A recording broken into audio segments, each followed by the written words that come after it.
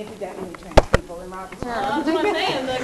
There might be 45 of them, but they're just not out. They're so passable that you wouldn't know.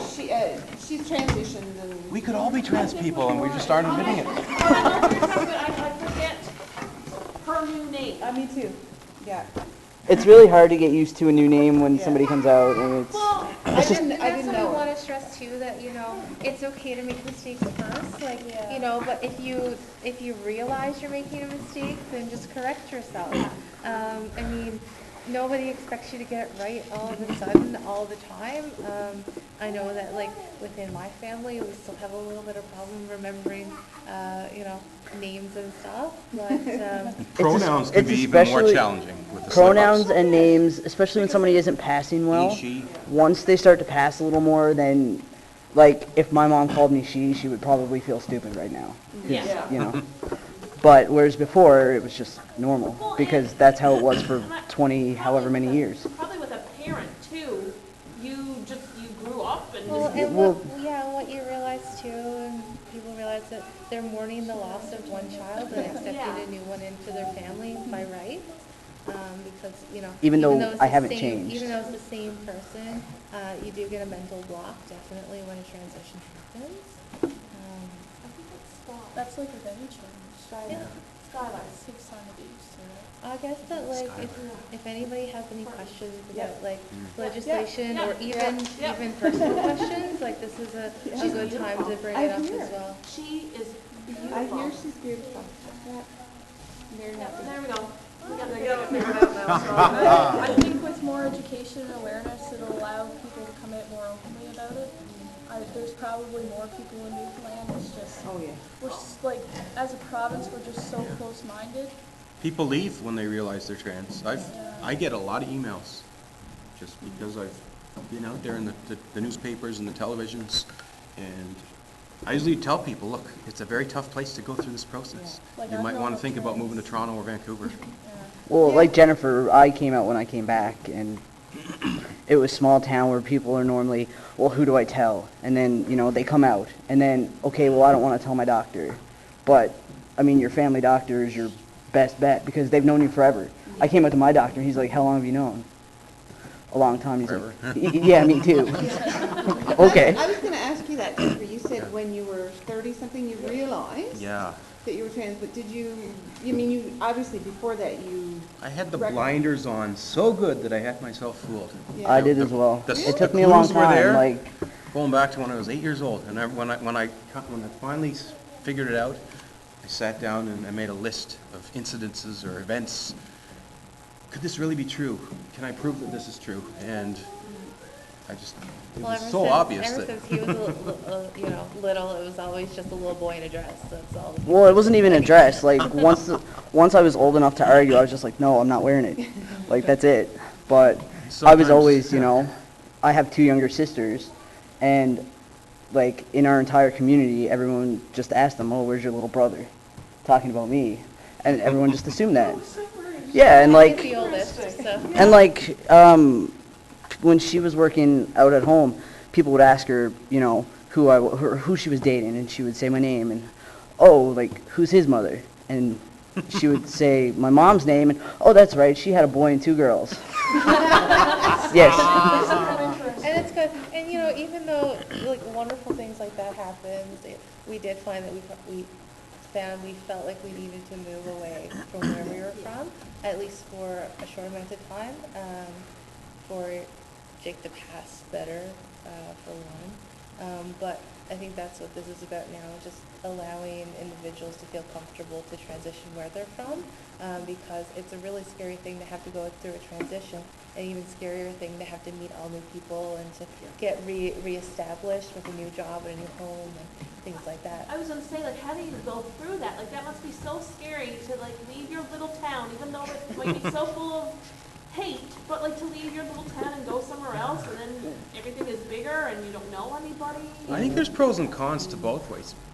Well, it's good too, because you don't know anybody. Yeah, I spent 33 years living life as a man.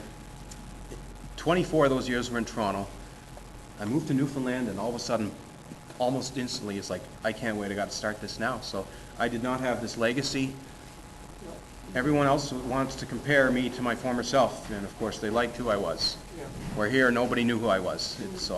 It's like starting fresh, clean slate, and you people here only have ever known me as Jennifer, except for those few people I knew for the first couple months. We're getting close to 7? Yeah. About 15 minutes Yeah. or so. Well, I guess we should quickly run through the list of victims. Yeah, give a few names and let them ask I won't read them questions. all. Part of the reason, Yeah, I was gonna say maybe, I'll just summarize, I guess, rather. potentially like a brief overview of, I guess, the type and severity of the murders that have happened. It's probably best while the little girl isn't here to hear it either, because Yeah. some of it is pretty brutal. I mean, part of the reason we read this out is to, I guess, capture the emotions, and I think we had the journalist from Gander almost in tears reading things like 13-year-old trans person was beaten, strangled, stabbed to death, and thrown in the cove. And, I mean, the list is there. We're talking about a lot of young people, a lot of people who are from, I guess, racial and ethnic minorities. It's usually the people who are dealing with poverty that find themselves victimized. And I think one's good. We don't want to start a fire. Particularly this, Those are hard yeah. places. Now, these names came from a website that's kind of the guru for this International Transgender Day of Remembrance. I'm sure there's a lot of names that did not make the list. Sadly and ironically, there's a huge percentage of names on here are from Brazil. And I know there's been a history of transphobia in Brazil, but it's scary. It's also an extremely Catholic place, so. But you'll see there's people from all over the U.S., even in big cities that you might think it's safe to be in New York City. There's a trans people murdered in New York City. Someone across the river in New Brunswick, New Jersey, across the Hudson River, part of Metro New York. So probably instead of reading, like for the sake of innocence, we probably won't read. Let's not read it out, but those, but we do have a list here for you to look through. This is just a partial list, and it's probably just the more severe cases. According to the website, I believe there are 278 confirmed trans murders within this past year internationally.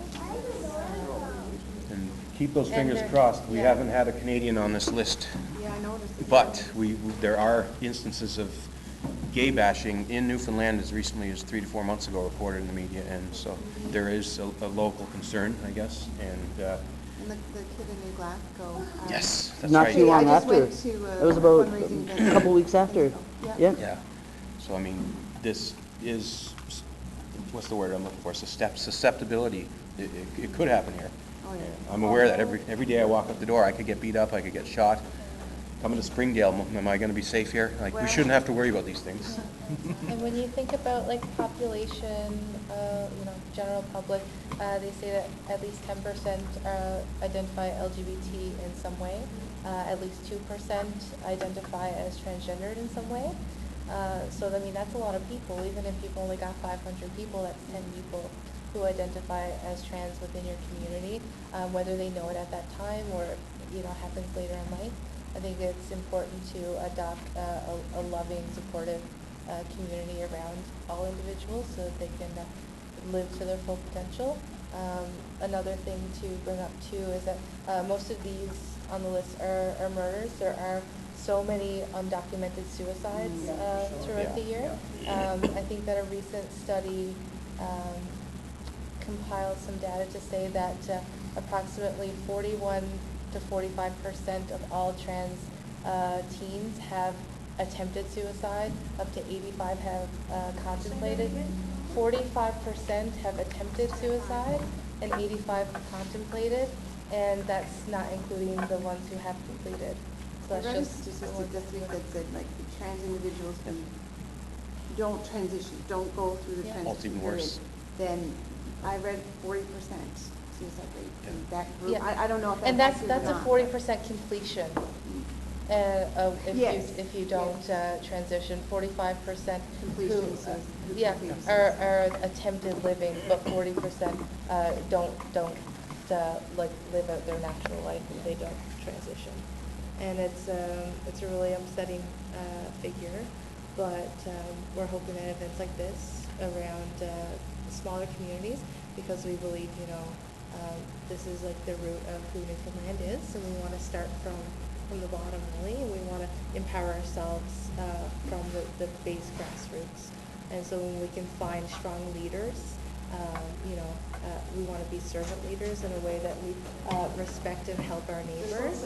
And by getting, by understanding statistics like this, we can really be sensitive and encourage the individuals in our community. Well, I think it's important too, like, before I came out, it was just it just seemed like a pointless struggle, like nothing was ever going to change.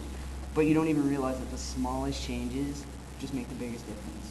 Like, if you give a trans person just even a little bit of what they want, it makes just a world of difference. Like, I'm so much more comfortable after hormones for 6 months. Like, I passed so that little bit makes. Yeah, so after 6 months, my voice has changed, I have facial hair. Yeah. Most people don't question. So, you've only been on hormones 6 months? 6 months. That's Amazing. it? 6 months. Wow. Yeah, so, Yeah. Even though we're all adults here, like, we should educate our children as well, because growing up, I was indirectly a victim of transphobia because I had short hair. I was called a he-she growing up in Chiefs Falls. I had like really short hair like a guy, right?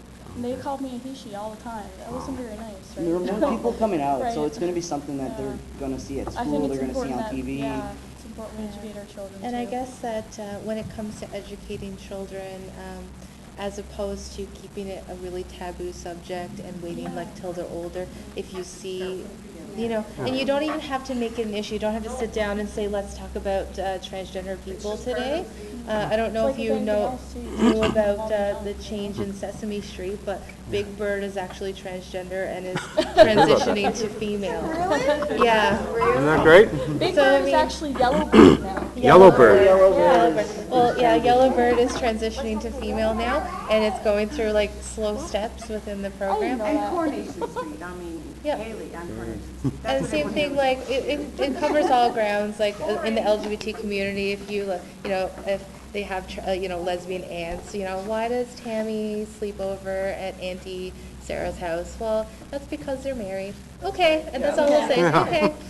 Because they understand that what marriage means, and they're happy with that, and if all you have to say, like, are they a girl or a boy, and you just say a boy, and they're like, okay.